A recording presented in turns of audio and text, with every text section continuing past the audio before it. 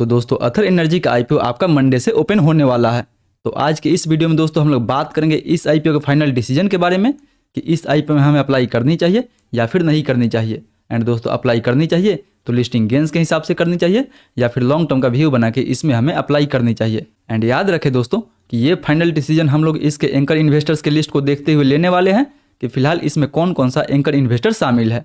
And last में इसके GMP को देखते हुए हम लोग बात करेंगे कि इसमें हमें अप्लाई करनी चाहिए या फिर नहीं करनी चाहिए। सो आप बस इस वीडियो के अंत तक बने रहें ताकि आपको इस आईपीओ में अप्लाई करनी चाहिए या फिर नहीं करनी चाहिए उसका एक बेटर व्यू मिल सके। तो फिर चलिए सीधा वीडियो में आगे बढ़ते हैं और सबसे पहले बात कर लेते हैं इस आईपीओ के एंकर इन्वेस्टर्स लिस्ट के बारे में। तो दोस्तों इसके एंकर इन्वेस्टर्स के बारे में तो हम थोड़ी देर में डिस्कशन करेंगे, बट सबसे पहले दोस्तों बात कर लेते हैं इस आईपीओ टोटल इशू साइज के बारे में कि इस आईपीओ का इशू साइज जो है वो कितना रखा गया है। सो दोस्तों देखा जाए तो इस आईपीओ जो टोटल इशू साइज है वो लगभग 2981 करोड़ के आसपास है, जिसमें से QIB का कोटा दोस्तों 75% का रखा गया है।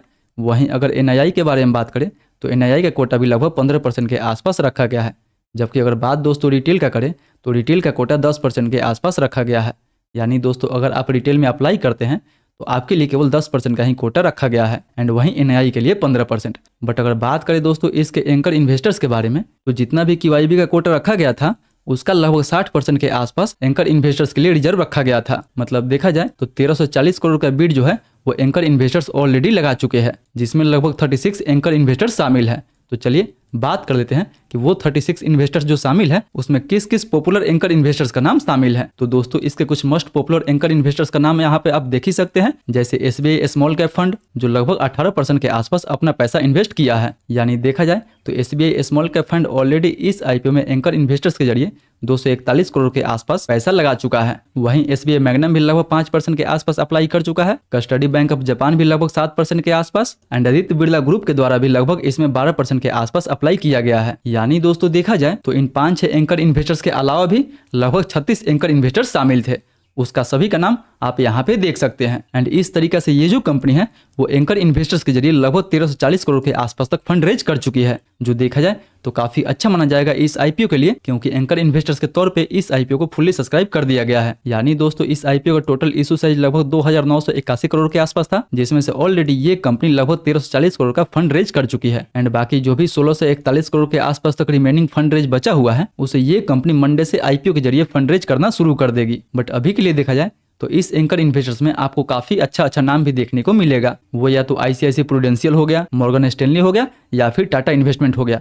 इन सभी का नाम आपको इस ग्रुप में देखने को मिल जाएगा। बट दोस्तों याद रखें कि अच्छा एंकर इन्वेस्टर्स का मतलब ये नहीं है कि आपको इस पे गारंटी लिस्टिंग गेंस ही देखने को मिलेगा। इसलिए आपको जो भी डिसीजन लेना है वो काफी सोच समझ कर लेना होगा, क्योंकि दोस्तों आपको कभी भी किसी भी आईपीओ में उसके एंकर इन्वेस्टर्स को देख के बिल्कुल अप्लाई नहीं करनी चाहिए, क्योंकि आप इस आईपीओ में अपना खुद का पैसा लगाते हैं एंड वहीं ये जो बड़े बड़े फंड मैनेजर होते हैं वो जनरली दोस्तों पब्लिक का पैसा लगाते हैं। इसीलिए अगर आप अपना पैसा इस कंपनी को दे रहे हैं तो इस कंपनी के बारे में एक डिटेल रिसर्च जरूर कीजिए। एंड दोस्तों अगर अभी तक आप इसका रिव्यू नहीं देखे हैं तो ऊपर आई बटन एंड इस वीडियो के अंत में भी इस आईपीओ का फुल रिव्यू देखने को मिल जाएगा। वहां पे हम लोग इस कंपनी के बिजनेस के बारे में, फंडामेंटल के बारे में एंड वैल्यूएशन के बारे में डिटेल में डिस्कशन किए हैं। सो आप वहां से जाके इसका फुल रिव्यू भी देख सकते हैं एंड जो भी अपना डिसीजन है उसको ले सकते हैं। इसीलिए दोस्तों अगर बात आता है कि क्या इन एंकर इन्वेस्टर्स को देखते हुए हमें अप्लाई करनी चाहिए या फिर नहीं करनी चाहिए, तो दोस्तों जैसे कि मैंने आपको पहले ही बता चुका हूँ कि अगर किसी भी आईपीओ में अच्छे एंकर शामिल है तो इसका मतलब ये नहीं है कि उसमें आपको श्योर लिस्टिंग गेंस देखने को मिलेगा। क्योंकि दोस्तों अगर बात करें इसके रिसेंट जीएमपी के बारे में भी तो इसके ग्रे मार्केट में भी अभी आपको कोई डिमांड देखने को नहीं मिलेगा। पहले हालांकि 5% के आसपास डिमांड भी था, बट अभी तो वो भी डिमांड नहीं है, क्योंकि ऑलरेडी इसके बारे में हम लोग इसके रिव्यू वाले वीडियो में डिस्कशन कर चुके हैं कि इस आईपीओ का वैल्यूएशन जो है वो काफी हाई रखा गया है। इसलिए मे भी हमें इसके ग्रे मार्केट में कोई डिमांड देखने को नहीं मिलेगा।